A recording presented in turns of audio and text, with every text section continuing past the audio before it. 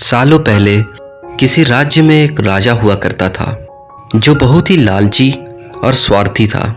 राजा अपने ही जनता को मूर्ख बनाकर उनके माल को गलत तरीके से जब्त कर लिया करता था और जब्त किए हुए माल को अपने महल से दूर एक ऐसे गुफा में रखवा दिया करता था जिसकी जानकारी किसी को नहीं थी सिवाय राजा के और उसके एक खास मंत्री के। राजा के पास 2 चाबियां हुआ करती थी।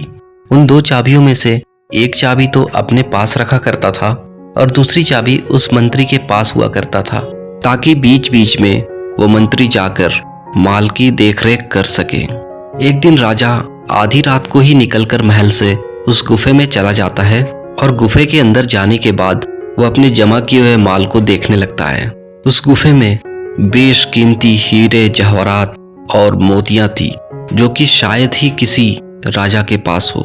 वो अपने हीरे और जवाहरात को देखकर राजा उनमें ही गुम हो जाता है और खो जाता है और वो खुश होने लगता है। उसी बीच वो मंत्री भी उस गुफे के बाहर से गुजर रहा था। इत्तेफाक से उसने देखा गुफे का दरवाजा थोड़ा खुला है। मंत्री डर गया और सोचने लगा, अभी 2-3 दिन पहले ही मैं यहाँ आया था, शायद मैं गलती से दरवाजा खुला छोड़ गया हूँ। और वो हड़बड़ाहट में बिना अंदर देखे दरवाजे को बाहर से बंद कर देता है और ताला लगाकर चला जाता है। राजा अब भी गुफे के अंदर ही हीरे जवाहरात को देखकर खुश हो रहा था। थोड़ी देर बाद जब राजा बाहर निकलना चाहा तो उसने देखा दरवाजा बाहर से बंद है। वो दरवाजा जोर जोर से पीटने लगा और खोलने की कोशिश करने लगा, लेकिन भला दरवाजा खुलता कैसे? राजा घंटों परेशान हुआ लेकिन दरवाजा नहीं खुला। अब राजा को भूख और प्यास भी लगने लगी थी। राजा को वहां करीब 2 दिन हो चुके थे और अब राजा में बिल्कुल भी ताकत नहीं थी कि वो चल सके। राजा जमीन पर ही गिरकर बेहोश हो जाता है। थोड़ी देर बाद जब राजा को होश आता है तो राजा समझ जाता है कि अब उसका यहाँ से निकलना मुश्किल है, शायद उसकी मौत यहीं हो जाएगी। राजा पास में पड़े एक पत्थर को उठाता है और उस पत्थर से अपनी उंगली को काटता है और दीवार पर अपने खून से लिखता है, मैंने जिंदगी भर लोगों का माल लूटकर इस गुफे के अंदर जमा किया। ऐसे ऐसे हीरे और जवाहरात और सोने और चांदियों से ये गुफा भरा है, लेकिन ये सारी दौलत आज मुझे एक घूंट पानी भी नहीं पिला सकती और यही माल और दौलत मेरी मौत का कारण भी बनेगा। राजा लोगों को संदेश देना चाहता था।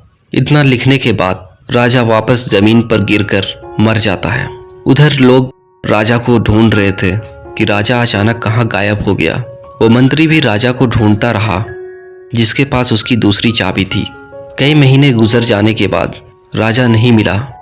तब वो मंत्री सोचने लगा, गुफे में सारा माल जमा है, इसकी जानकारी सिर्फ मुझे है, क्यों ना उसमें से कुछ माल निकाल कर चला जाऊं और दूर कहीं जाकर अपनी जिंदगी गुजारूं। वो एक दिन गुफे में आता है और गुफे का दरवाजा खोलता है। वो जैसे ही गुफे का दरवाजा खोलता है एक सड़ी हुई लाश देखता है जिसमें से बहुत बदबू आ रही थी। वो जब गौर से देखता है तो उसे समझ में आ जाता है कि ये लाश राजा की है और वो सब कुछ समझ जाता है और वो सोचने लगता है, राजा अपने लालच की वजह से, अपने बुरे कामों की वजह से आज इस हालात में है कि उसकी लाश भी कोई नहीं देखने आया और वो सड़ गया। वो वहां से बिना हीरे और जवाहरात को लिए वापस चला जाता है और जाकर राजा के दरबार में खबर देता है कि राजा की लाश उस गुफे में पड़ी है। दोस्तों, ये तो एक छोटी सी कहानी थी, लेकिन हम सब भी अपने जिंदगी में लोभ और लालच की वजह से बुरे काम करते हैं और ये नहीं सोचते कि इन काम का अंजाम क्या होगा। ये काम सही भी है या गलत। जो इतनी बेशकीमती हीरे जवाहरात, सोने और चांदी राजा को एक घूंट पानी नहीं पिला सकी, तो क्या हम जो अपने जिंदगी में काम करते हैं वो हमें काम आएगा? कोशिश करें कि जिंदगी में अच्छे काम करें जो लोगों को फायदा दे सके, क्योंकि अच्छे काम ही आपके साथ जाने वाला है और वही आपको काम आने वाला है। बुरे काम का अंजाम हमेशा बुरा ही होता है। हमें कोशिश करनी चाहिए कि हम अपनी जिंदगी में वैसे काम करें जो हमें मरने के बाद भी हमें काम आए और लोगों की दुआएं हमें मिलती रहे। दोस्तों, ये उम्मीद करता हूँ आप लोगों को मेरी ये छोटी सी कहानी अच्छी लगी होगी। अगर आप ऐसे ही कहानियाँ सुनना चाहते हैं तो प्लीज़ मेरे चैनल को सब्सक्राइब करें और वीडियो को भी लाइक करें। Thank you.